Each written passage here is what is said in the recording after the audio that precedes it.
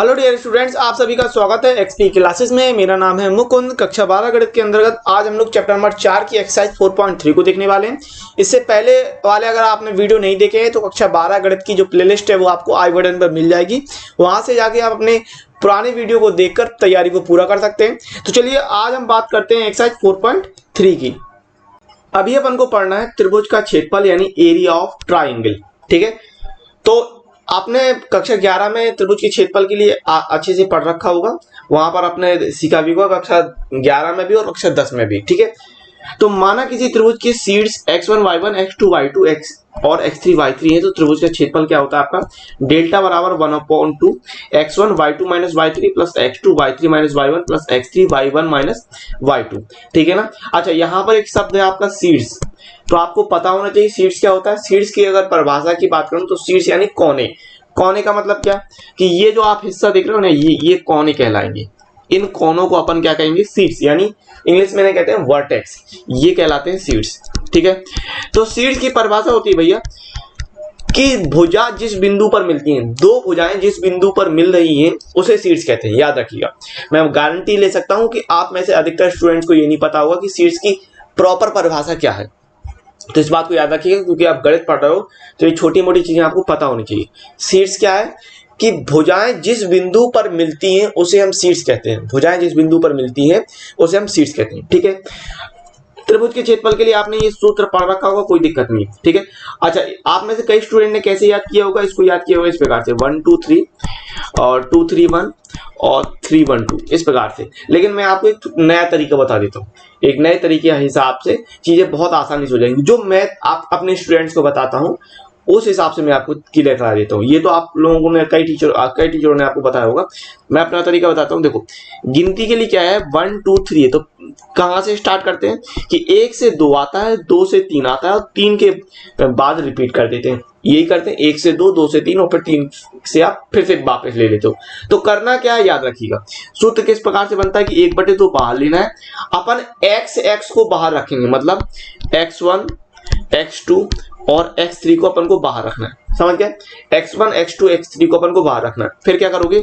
यहाँ एक देख रहे हो ना, तो एक के बाद किसको पकड़ोगे? एक के बाद 2 3 को पकड़ोगे, तो y2 माइनस y3 ले लोगे। समझ गए? एक यहां पर एक था तो एक के बाद क्या आएगा? 2, 2 के बाद 3। ठीक है, फिर 2 है तो 2 के बाद क्या पकड़ोगे? 2 के बाद आप 3 को पकड़ोगे। 2 के बाद किसको पकड़ोगे? 2 के बाद 3 को, 3 के बाद 1 को। तो क्या आएगा? 2 के बाद y3 माइनस y1 आएगा। समझ गए बात? इस तरीके से। और 3 के बाद क्या आएगा? 3 के बाद भैया 1 आएगा और 1 के बाद 2 आएगा, तो 3 के बाद 1 आएगा, यानी y1 माइनस y2, इस प्रकार से। तो इस तरीके से मैं सूत्र बताता हूं। बाकी का सूत्र है आप जब 4 बार लिखते हो, जब 4 बार सवाल में लगाते हो तो वो अपने आप चीजें तैयार हो जाती है। अब आपको करना क्या है? अब आपको सारणी की मदद से कहेगा, आपको सारणी की मदद से क्षेत्रफल निकालने के लिए कहेगा। ठीक है, तो सारणी के रूप में कैसे हो जाता है? डेल्टा बराबर 1/2।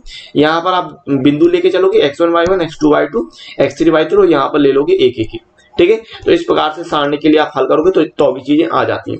होता कुछ नहीं है, वो यही रूप रहता है, सूत्र का यही रूप रहता है। इसको अपन ने सारणी के रूप में लिख दिया और कोई दिक्कत नहीं रहती है। ठीक है ना। उदाहरण नंबर 17 आपको कह रहा है कि एक त्रिभुज का क्षेत्रफल क्या कीजिए जिसके शीर्ष इतने भी हैं। तो आप डायरेक्ट सूत्र लगा दो, क्योंकि कहीं भी लिखा नहीं है कि भैया सारणी की मदद से ही लगाओ, या फिर आप सारणी के रूप में बनाओ और हल कर दो। दोनों चीजें हो सकती है। आप डायरेक्ट सूत्र भी लगा सकते हो, ये वाला आपने सूत्र याद किया होगा, है ना। 10 में भी है और 10 में जो चैप्टर नंबर 7 है वहां आपने पढ़ रखा होगा। इसके अलावा 11 में भी आप देखते हो। तो यहाँ पर अपन बात करते हैं। चलिए देखिए, तो डेल्टा बराबर क्या होगा? अगर हम सारणी बनाते हैं तो 1/2 बिंदु ले लो पहले से, 3 8 माइनस 4 2 और 5 1, और यहाँ पर ले लोगे 1 1 1। अब यहाँ पर अपन क्या करते हैं कि R1 के अंदर प्रसार कर देते हैं। R1 के अंदर प्रसार करने पर, ठीक है, प्रसार करने पर, तो R1 के अंदर प्रसार कर देते हैं अपन, तो 1/2 क्या हो जाएगा भैया? ये हो जाएगा अपना 1/2 अंदर आएगा। 3 को पकड़ेंगे तो कितना आएगा? 2 1 1 1। फिर -8 आएगा और -8 के साथ क्या आएगा? -4 5 1 1। फिर प्लस का 1 आएगा और 1 के साथ क्या आएगा? ये चीज कट जाएगी और बीच वाला पार्ट आएगा, तो -4 5 2 1 इतना आएगा। इसको अपन को हल करना है। देखिए, तो 1/2 3 कोष्टक में इतना आएगा, 2 एकम 2 -1 एकम 1, ठीक है भाई, माइनस का ये 8 यहाँ पर कितना आएगा, माइनस का 4 और माइनस का 5 आएगा, प्लस 1 है तो -4 और माइनस का 10 आएगा, इतना आएगा। ओके, तो ये कितना हो जाएगा, 1/2, 3 अंदर बना 1, माइनस का 8 अंदर बना माइनस का 9, प्लस का 1 और अंदर बचा -14। ठीक है, इसको अभी अपन हल करते हैं। तो ये 1/2 अंदर क्या आएगा, 3 एकम 3, माइनस माइनस प्लस हो जाएगा, 9 8 72 और माइनस का 14। तो कितना आ जाएगा, देखो 1/2 72 3 75 माइनस 14 और 1/2 75 में 14 किया तो बचा 61 और यहाँ पर अपन भाग देंगे तो 30.5 वर्ग इकाई। ठीक है, या आप ये भी कह सकते थे कि 61/2, ये भी आंसर कह सकते थे, भाग दे देंगे या फिर आप 61/2 वर्ग इकाई, इतना भी कह सकते हैं, दोनों चीजें बराबर है। ठीक है ना, तो इस तरीके से उदाहरण नंबर 18 आपको कह रहा है कि सारणिकों का प्रयोग करके, अब यहाँ पर स्पष्ट तौर से लिखा है सारणिक का प्रयोग करके, ठीक है, ध्यान दीजिएगा, सारणिकों का प्रयोग करके A13 और B00 को जोड़ने वाली रेखा का समीकरण ज्ञात कीजिए और K का मान ज्ञात कीजिए यदि एक बिंदु T K0 इस प्रकार है कि त्रिभुज ABT का क्षेत्रफल 3 वर्ग इकाई है। तो आपको 2 सवाल दिए हैं इसमें। तो पहला सवाल आपको क्या है कि सारणिकों का प्रयोग करके A13 और B00 को जोड़ने वाली रेखा का समीकरण ज्ञात कीजिए, इतना अपन को निकालना। तो जरा समझते हैं इसको, है क्या कि देखिए यहाँ पर आपके 2 बिंदु हो गए, ठीक है, A और B। A का मान कितना है 13 और B का मान कितना है 00, ठीक है, B का मान कितना है 00, B का मान है 00, ओके, B का मान है 00, ठीक है ना। अब वो कह रहा है कि A13 और B00 को जोड़ने वाली रेखा का समीकरण ज्ञात कीजिए, आपको इसका समीकरण ज्ञात करना है। ठीक, अब हमने क्या किया, इस रेखा पर एक बिंदु P मान लिया, इस पर हमने क्या मान लिया, बिंदु P मान लिया। अब जब बिंदु P रेखा AB पर होगा तो त्रिभुज का क्षेत्रफल यहाँ पर क्या बनेगा, त्रिभुज का क्षेत्रफल 0 होगा क्योंकि तीनों बिंदु एक संरेखीय है। तीनों बिंदु जब संरेखीय हैं तो आपका वो कैसे बनेगा, त्रिभुज का क्षेत्रफल 0 हो जाएगा। ठीक है, तो रेखा AB पर बिंदु P माना, बिंदु P XY मानने पर तीनों बिंदु संरेखीय हैं, तीनों बिंदु संरेखीय हैं। इस स्थिति में त्रिभुज का क्षेत्रफल 0 होगा। ठीक है ना, इस स्थिति में त्रिभुज का क्षेत्रफल 0 हो जाएगा। रेखा AB पर बिंदु P XY मानने पर तीनों बिंदु संरेखीय होंगे, इस स्थिति में त्रिभुज का क्षेत्रफल 0 होगा। ठीक है, अपन ने क्या किया, इस AB को मान लिया x1 y1, B को मान लिया अपन ने 0 को x2 y2 और P XY को मान लिया x3 y3। ठीक है, यहाँ पर अपन लगा देते हैं डेल्टा बराबर क्या हो जाएगा, डेल्टा के लिए लेंगे अपन 1 3 और ये आएगा 0 0 1 3 0 0 0 और P वाला बिंदु x y और यहाँ ले लेंगे 1 1 1। अच्छा, त्रिभुज का क्षेत्रफल निकालना है तो बाहर रहता है 1/2 और ये संरेखीय है ना, तो संरेखीय लिए क्षेत्रफल कितना होगा आपका 0 होगा, तो इसको आपको ध्यान रखना। तो यहाँ पर अपन हल करेंगे 1/2 और 1 को पकड़ेंगे, R1 के अंदर कर देते, R1 के अंदर कर दे तो 1 को पकड़ेंगे और ये कितना आएगा, ये आएगा आपका 0y11, फिर माइनस का 3 आएगा और ये आएगा आपका 0x11 और प्लस 1 आएगा और 1 के साथ क्या आएगा कि 0 0 xy, इतना आ जाएगा। ठीक है, बराबर 0। अच्छा, ये 1/2 है तो 2 का गुणा उस तरफ हो जाएगा तो 0 हो जाएगा टोटल और यहाँ से अपन को क्या मिल जाएगा 1, ये मिलेगा आपको 0 - y और माइनस का 3 ये आएगा 0 - x प्लस 1 ये आएगा 0 - 0 बराबर 0 हो जाएगा। यहाँ से क्या मिल जाएगा -y और माइनस प्लस का 3x प्लस का 0 बराबर 0। तो यहाँ से वैल्यू आ गई 3x बराबर -y। तो ये हो गया रेखा AB का समीकरण, रेखा AB का समीकरण। ठीक है, ये हो गया एक आंसर। फिर आगे क्या कर रहा था सवाल, आगे आपको सवाल कह रहा था कि अपन ने एक बिंदु D लिया, क्या लिया, एक बिंदु D K0 ले लिया। तो A कितना था, A था 13, A कितना था, A था 13। ठीक है, ये A हो गया 13 और B हो गया 0 0 और यहाँ पर हमने D ले लिया K0 और वो कहता है कि इसका जो क्षेत्रफल है वो 3 वर्ग इकाई है। और याद रखिएगा जब हम गणना करेंगे, जब यानी सारणिक में लगाएंगे तो क्षेत्रफल को हम +-3 लेके चलेंगे। ठीक है, कैसे समझते हैं इसको, इस प्रकार से लेके चलेंगे। देखिए, तो क्षेत्रफल निकालने की सारणिक लगाते हैं, है ना। तो डेल्टा बराबर क्या है, 1/2 बाहर रखना है आपको, याद रखिएगा, इस 1/2 को मत भूल जाइएगा, 1/2 को बाहर रखना है, फिर 1 3 0 0 और के 0 रहेगा, है ना। और यहाँ पर 1 1 1 ले लेंगे और बराबर में आपको प्लस माइनस 3 रखना है। आपको जब भी क्षेत्रफल दिया होगा, क्षेत्रफल का मान दिया होगा और हल करते वक्त ये बात याद रखना है कि अपन को उस क्षेत्रफल को प्लस माइनस चिन्ह के साथ लेना है, ठीक है। तो ये कितना बनेगा, 1/2 अंदर आएगा, 1 को पकड़ेंगे, अंदर आएगा तो ये आएगा 0 0 1 1 और -3 के साथ क्या आएगा 0 के और 1 1 और आएगा +1 के साथ 0 के 0 0 और बराबर में क्या है +-3 है, ठीक है। अच्छा ये 1/2 है ना, तो 1/2 2 के साथ जाएगा तो कितना हो जाएगा 6 हो जाएगा। यहाँ पर कितना बचेगा, यहाँ पर बचेगा 1 के साथ 0 -0, ये आएगा -3 के साथ 0 माइनस का के, ये आएगा +1 के साथ 0 -0 बराबर +-3 दूनी 6 हो जाएगा। तो यहाँ से अपन को क्या बच जाएगा, ये हो जाएगा 0 माइनस +3 के और ये आ जाएगा प्लस का 0 बराबर +-6 आ जाएगा। तो के बराबर कितना आ जाएगा, 3 का अपन भाग दीजिए, 3 के बराबर +-6, तो 3 का भाग हो जाएगा तो कितना मिल जाएगा +-6/3। तो ये के का मान कितना आ गया +-2, तो ये आंसर हो जाएगा के का मान +-2। एक्सरसाइज 4.3 की बात करते हैं। आपको क्वेश्चन नंबर 1 दे रहा है कि निम्नलिखित प्रत्येक में दिए गए शीर्ष बिंदुओं वाले त्रिभुजों का क्षेत्रफल कहती है। पहला सवाल आपको ये दे दिया है 1 0 6 0 4 3, इसको हल करते हैं, ठीक है। आपको त्रिभुज का क्षेत्रफल निकालना है। त्रिभुज के क्षेत्रफल के लिए आपके पास पहले सूत्र होता है कि डेल्टा बराबर 1/2 x1 1 है तो क्या आएगा 2 3, यानी y2 minus y3 plus x2, 2 के बाद क्या आएगा 3 1, यानी y3 minus y1 plus x3, 3 के बाद 1 2 आएगा तो y1 माइनस y2, ठीक है। ये सूत्र होता है, या आप सारणी की मदद से भी कर सकते हैं। कैसे कि डेल्टा बराबर 1/2 1 0 6 0 4 3 1 1 1 और r1 के अनुदिश प्रसार करने पर, r1 के अनुदिश प्रसार कर देंगे अपन, प्रसार करने पर, ठीक है। तो r1 के अनुदिश प्रसार कर देते हैं तो क्या आएगा, ये हो जाएगा 1/2 और 1 को पकड़ेंगे तो कितना आएगा, ये आएगा 0 3 1 1 माइनस 0 के साथ क्या आएगा 6 4 1 1 और +1 के साथ क्या आएगा 6 4 0 3, ठीक है। तो इसको हल करते हैं, देखिए 1/2 ये हो जाएगा 1, अंदर आएगा 0 माइनस का 3 -0 6 एकम 6 माइनस 4 एकम 4 प्लस 1 6 3 18 और -0 आ जाएगा। तो यहाँ पर ये कितना निकल के आएगा, ये आ जाएगा 1/2 और माइनस का 3 और ये हो जाएगा 0, तो -0 और प्लस का 18, तो 18 में से 3 जाएगा तो बचेगा 15, 15/2 वर्ग इकाई, ये आंसर हो जाएगा, ठीक है। अब बात करते हैं हम पहले के दूसरे की। तो क्वेश्चन नंबर पहले में आपको दूसरे में बिंदु क्या दे रखे हैं, बाकी के सवाल आपसे आराम से बन जाएंगे, कोई दिक्कत नहीं है, ठीक है ना। तो बिंदु क्या दिए हैं 2 7 1 1 1 और 10 8, इसके लिए हल करते हैं।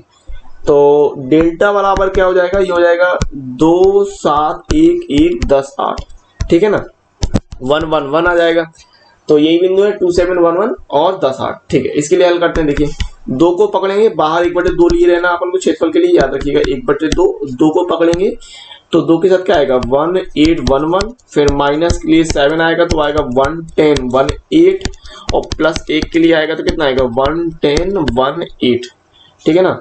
अच्छा 7 के लिए आएगा 7 के लिए क्या आएगा 1 10 1 1 आएगा, यहाँ 1 आएगा और 1 के लिए आएगा 1 10 1 है, अभी ठीक है। इसको लिए हल कर लेते हैं, इसको अपन हल करते हैं, देखिए तो ये आ जाएगा 1/2 2 कितना आएगा, ये आएगा 8 1 एकम 1 माइनस का 8 माइनस 7 अंदर बचेगा 1 माइनस का 10 और +1 आएगा 8 एकम 8 माइनस का 10, इतना आ जाएगा, ओके। तो कितना बनेगा 1/2 और ये 2 और आएगा माइनस का 7 माइनस 7 ये आएगा माइनस का 9 प्लस का 1 माइनस का 2, तो क्या कितना मिल जाएगा ये अपन को 1/2, ये हो जाएगा माइनस का 14 माइनस माइनस 9 7 63 और माइनस का 2, तो ये हो जाएगा 1/2 और 63 में आप घटा रहे हो 16 को, तो कितना आएगा 13 में से 6 गए, 13 में से 6 गए तो 7 बचा, 5 में से 1 जाएगा 4, 47/2 वर्ग इकाई, ये आंसर हो जाएगा, ठीक है, अभी पहले का तीसरा देखते हैं।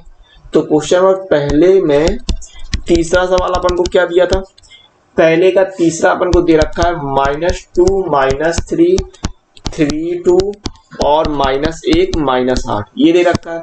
ठीक है, इसको हल करते हैं तो क्या हो जाएगा, डेल्टा बराबर 1/2 लेना और ये आएगा आपका -2 -3 3 2 और -1 -8 और क्या लोगे 1 1 1। इसको अपन हल करते हैं। देखिए तो 1/2 बाहर रहेगा, -2 को पकड़ा अपन ने तो कितना बनेगा, ये 2 -8 1 1, फिर माइनस है और ये माइनस का 3 लिए हैं तो -3 के साथ क्या आएगा 3 -1 1 1, फिर +1 पकड़ेंगे तो 1 के साथ कितना 3 -1 2 -8। ठीक है, तो इसको अपन हल करते हैं। ये आएगा आपका 1/2, ये माइनस का 2 2 एकम 2 माइनस माइनस प्लस 8 एकम 8 माइनस माइनस प्लस 3 हो जाएगा 3 एकम 3 माइनस माइनस प्लस 1 प्लस का 1 8 3 24 तो -24 माइनस माइनस प्लस 2 एकम 2 इतना बन जाएगा। तो यहाँ से आ जाएगा 1/2 और ये माइनस का 2 8 2 10 हो जाएगा, प्लस का 3 है 3 1 4 हो जाएगा, प्लस का 1 है ये हो जाएगा माइनस का 22। तो यहाँ से अपन को मिल जाएगा 1/2 ये हो जाएगा माइनस का 20 4 3 12 और माइनस का 22, माइनस माइनस जुड़ जाएंगे तो ये हो जाएगा 1/2 -42 प्लस 12 तो कितना बचेगा माइनस का 30/2 यानी माइनस का 15। और क्षेत्रफल कभी भी आपका निगेटिव नहीं होता, इस बात को याद रखिएगा। तो क्षेत्रफल ऋणात्मक नहीं होता है, क्षेत्रफल ऋणात्मक नहीं होता है। अब क्षेत्रफल ऋणात्मक नहीं होता तो क्या हो जाएगा कि आंसर आ जाएगा आपका 15 वर्ग इकाई, आंसर हो जाएगा 15 वर्ग इकाई। क्वेश्चन नंबर 2 आपको कह रहा है कि भाई दर्शाइए कि बिंदु A B plus C B C plus A और सी ए प्लस बी संरेख है। आपको पता है संरेख होने का मतलब क्या है कि तीनों बिंदु एक ही लाइन में होंगे, उस स्थिति में त्रिभुज का क्षेत्रफल आपको 0 बताना है, दर्शाना है आपको। ठीक है, चलिए देखिए तो डेल्टा बराबर कितना हो जाएगा, ये आपका 1/2 यहाँ पर ले रहे हैं, ये A B plus C B C plus A plus B और 1 1 1 इतना ले लिया। अब इस टोटल का मान अगर 0 आ गया तो संरेखीय होने चाहिए, है ना। तो कितना बनेगा 1/2 और अंदर रहेगा मोड के अंदर ए और ए को पकड़ेंगे तो कितना आएगा भाई, ये आएगा सी प्लस ए, R1 के अनुदेश कर देगा अपन। ठीक है, R1 के अनुदेश प्रसार करने पर, ठीक है, R1 के अनुदेश प्रसार कर देंगे तो ए को पकड़ेंगे तो सी प्लस ए प्लस बी 1 1। ठीक है, फिर माइनस का ये आएगा बी प्लस सी, माइनस का बी प्लस सी पकड़ा तो बी प्लस सी के साथ बी सी 1 1 और प्लस का एक आएगा तो एक के साथ क्या आएगा बी सी प्लस ए और ए प्लस बी इतना आएगा। ठीक है, तो ये बनेगा 1/2 और मॉड में रहेगा ये ए। अच्छा गुणा करेंगे तो कितना बनेगा, ये गुणा करेंगे तो सी प्लस ए और माइनस का ए प्लस बी इतना बनेगा। ठीक है, यहाँ था माइनस का बी प्लस सी तो ये कितना आ जाएगा, b का गुणा 1 में होगा, b गुणे 1 माइनस सी गुणे 1, फिर प्लस है और 1 के साथ क्या निकल के आएगा, 1 के साथ निकल के आएगा b का गुणा कर रहे हैं अपन a प्लस बी में माइनस c का गुणा कर रहे हैं c प्लस a में, इतना कर रहे हैं। इसको अपन को हल करना है। देखिए तो ये हो जाएगा 1/2 मॉड में ली रहे तो ये हो जाएगा a, अंदर क्या आएगा c plus a minus a plus b इतना आएगा, ये है माइनस का b प्लस सी और ये बन गया b माइनस सी, प्लस का ये 1 है तो अंदर कितना बना था b a और plus b square minus C square minus सी इतना बनेगा। ठीक है, मोड लिख रहा हूँ तो ये निकल के आएगा 1/2 मोड। अच्छा यहाँ पर कितना होगा, प्लस a और माइनस a कैंसिल कर दिया अपन ने तो ये a का गुणा करेंगे तो ये a का गुणा c से होगा तो ac प्लस ab, यहाँ पर माइनस, अच्छा ये कोष्टक में क्या निकल के आएगा, ये निकल के आएगा भाई B square minus C square, यहाँ पर ने सूत्र लगा दिया, प्लस और एक है तो एक का गुणा करने पर आएगा B A plus B square minus C square और माइनस का सी इतना निकल के आएगा, है ना। तो ये हो जाएगा 1/2 AC plus A B minus का गुणा करो तो minus B square plus C square plus B A plus B square minus C square minus C. तो क्या क्या कट रहा है भाई, प्लस का बी स्क्वायर माइनस का बी स्क्वायर ये कैंसिल कर दिया, minus C square plus C square, ये कैंसिल कर दिया। और क्या कट रहा भाई, देखो अगर मैं बात करूं आपका माइनस सी ए से ये प्लस का सी ए पर ने काट दिया, ठीक है। अच्छा यहाँ पर माइनस का गुणा होगा तो यहाँ पर माइनस आएगा, माइनस का बी, जब यहाँ माइनस का बी आएगा तो ये बनेगा माइनस का ए बी, तो ये आएगा माइनस का ए बी, और जब माइनस का ए बी आएगा तो ये माइनस ए बी और प्लस ये ए बी कट जाएगा, तो क्या हो जाएगा 1/2 गुणे 0 बराबर 0। अतः आप लिख देंगे कि अतः तीनों बिंदु संरेखीय हैं। क्वेश्चन नंबर 3 कह रहा है आपको भाई कि प्रत्येक में k का मान ज्ञात कीजिए यदि त्रिभुजों का क्षेत्रफल 4 वर्ग इकाई है जहां शीर्ष बिंदु निम्नलिखित है। आपको पहला क्वेश्चन दिया है इसमें k0 4 0 0 2, बहुत ही सिंपल सवाल है, आपसे बन जाएगा, कोई दिक्कत नहीं है। उदाहरण नंबर अपन ने 18 लगाया था, ये भी बन जाएगा। क्या करना अपन को, ये आएगा 1/2 मॉड के अंदर आएगा आपका k0 4 0 0 2 1 1 1, और इस तरफ आपको ध्यान रखना है कि प्लस माइनस 4 लेना। क्षेत्रफल 4 वर्ग इकाई है कि नहीं, तो मैंने कहा था कि जब भी आप हल करोगे तो प्लस माइनस लोगे, ठीक है। अच्छा 2 का पक्षांतर करते हैं, इस 2 का 1/2 है तो 1/2 पक्षांतर होगा, 2 का गुणा हो जाएगा, और R1 के अंदर से हम प्रसार कर देंगे, तो k को पकड़ेंगे और k के साथ क्या आएगा, ये आएगा आपका 0 2 1 1, फिर माइनस 0 के साथ आएगा 4 0 1 1, और प्लस 1 के साथ आएगा 4 0 0 2, और 2 इस तरफ आएगा तो प्लस माइनस 8 हो जाएगा। तो ये आएगा k आएगा 0 -2 -0 है, और ये आएगा 4 -0 प्लस 1 है तो आएगा 8 -0 बराबर प्लस माइनस 8 आएगा। यहाँ से कितना बचना है, माइनस का 2k हो जाएगा, ये हो जाएगा माइनस का 0 और प्लस का 8 बराबर प्लस माइनस 8 बनेगा। तो ये टोटल यहाँ से निकल के आना आपको माइनस का 2k और 8 को अगर हमने उस तरफ पक्षांतर किया तो कितना हो जाएगा, प्लस माइनस 8 और माइनस 8। अभी क्या कर रहे हैं कि प्लस लेने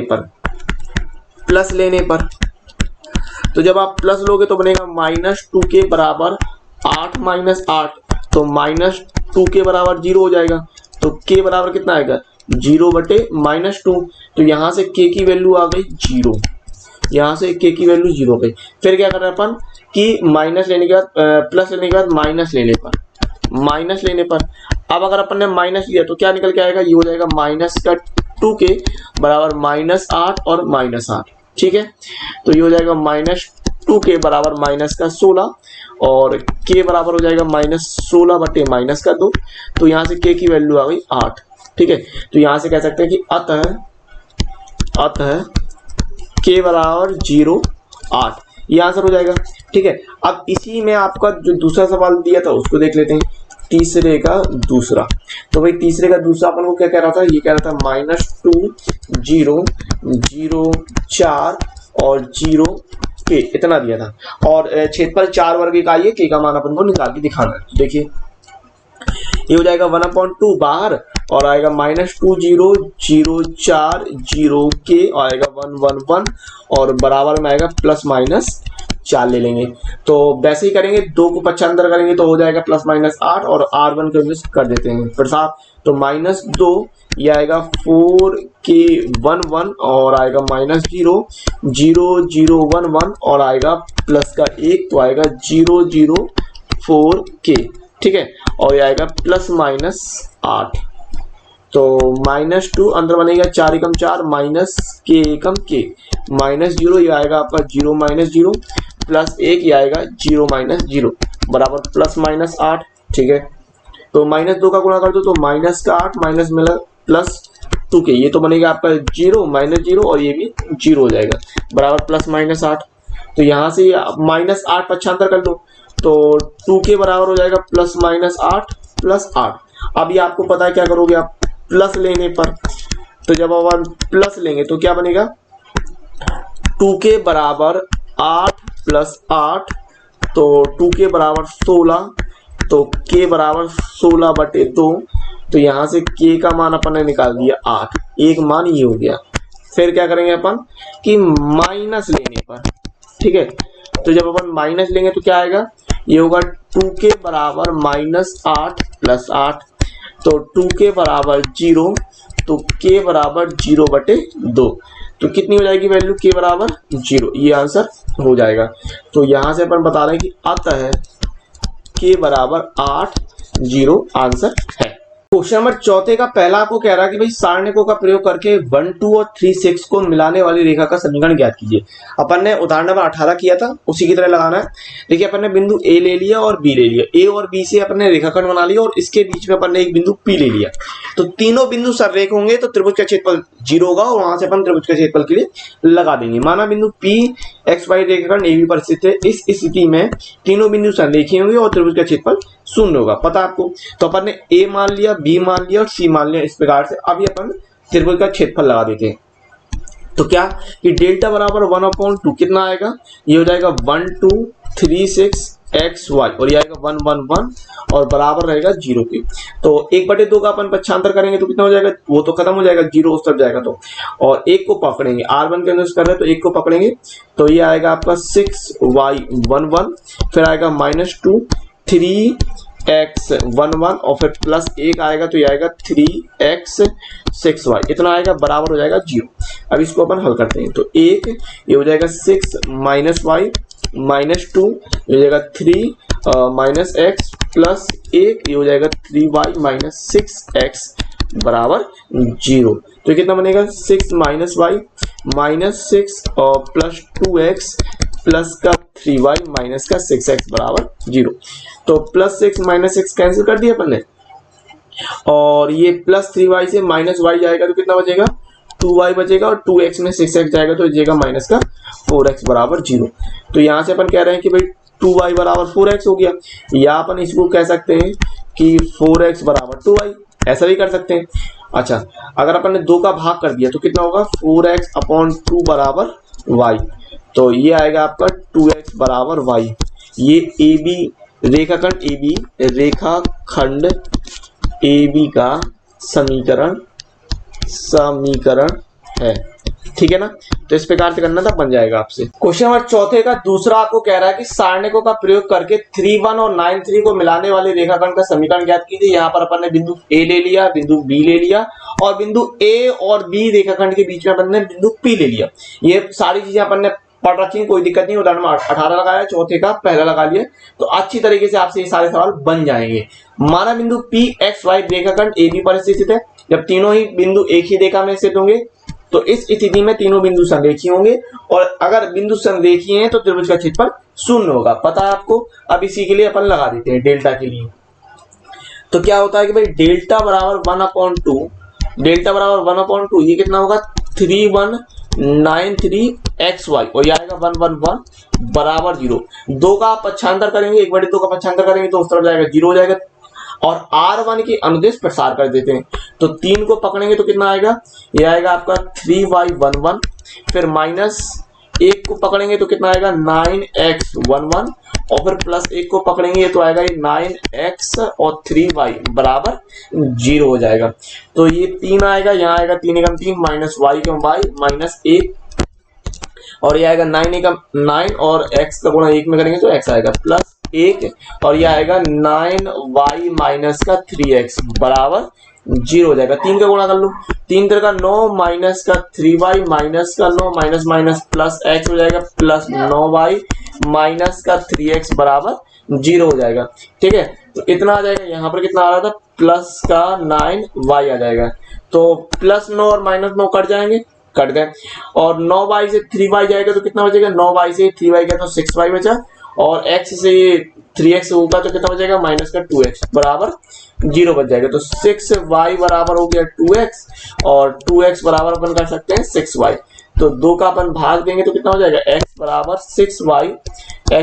6y अपॉन 2। तो यहां से अपन कह रहे हैं कि x बराबर 3y, ये आंसर हो जाएगा। रेखाखंड AB का समीकरण, रेखाखंड AB का समीकरण, ठीक है ना। तो इस तरीके 5 आपको कह रहा है भैया कि यदि शीर्ष 2, -6, 5, 4 और K4 वाले त्रिभुज का क्षेत्रफल 35 वर्ग इकाई हो तो K का मान ज्ञात कीजिए, आपको कह रहा भी है। तो चलिए इसको देख लेते हैं। आपको पता है करना क्या है, क्षेत्रफल दिया है तो लगा देंगे। क्या करेंगे 1/2 और अंदर रहेगा 2, -6, 5, 4 और K4 और यहाँ ले लेंगे 1, 1, 1 और प्लस -35। मैंने आपको कहा था कि क्षेत्रफल के लिए अगर क्षेत्रफल दिया है तो हल करते वक्त प्लस -35 लेंगे आप। 2 का पक्षांतर करेंगे तो 35 दूनी 70 हो जाएगा। R1 के अंदर प्रसार कर देते हैं, 2 को पकड़ेंगे तो कितना आएगा 5k, नहीं 2 को पकड़ने पर कितना आएगा, ये आपका 2 को पकड़ेंगे तो 4 4 1 1 और माइनस है और माइनस का 6 आएगा तो ये आएगा आपका 5k और 1 1 और 1 प्लस 1 को पकड़ेंगे तो कितना आएगा 5k 4 4 और बराबर हो जाएगा प्लस माइनस 70। ठीक है ना, प्लस माइनस 70 हो जाएगा।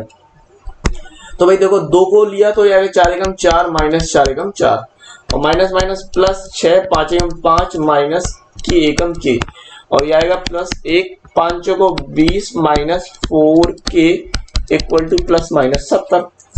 तो यहाँ से कितना बना, ये बना 2 0 प्लस 6 5 माइनस k प्लस 1 ये 20 माइनस 4k बराबर प्लस माइनस 70। ठीक है, यहाँ पर आएगा 0 प्लस 6 पंचे 30 minus 6k plus 20 minus 4k बराबर प्लस माइनस 70 हो जाएगा।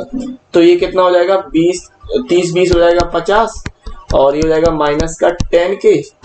ठीक है, बराबर प्लस माइनस 70। ठीक है भाई, तो आप क्या करते हैं प्लस लेने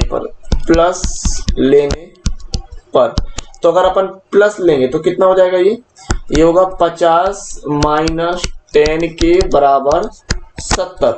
तो 50 वहां घटेगा तो माइनस 10k बराबर 70 माइनस 50 तो माइनस 10k बराबर हो जाएगा 20।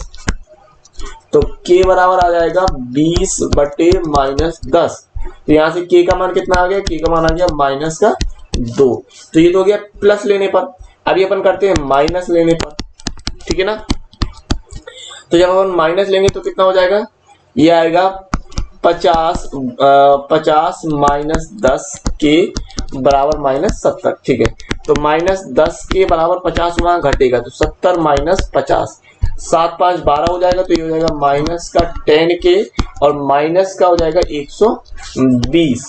तो माइनस 10 का भाग दे दो तो माइनस 120 बटे माइनस 10। तो k का मान कितना आ गया 12।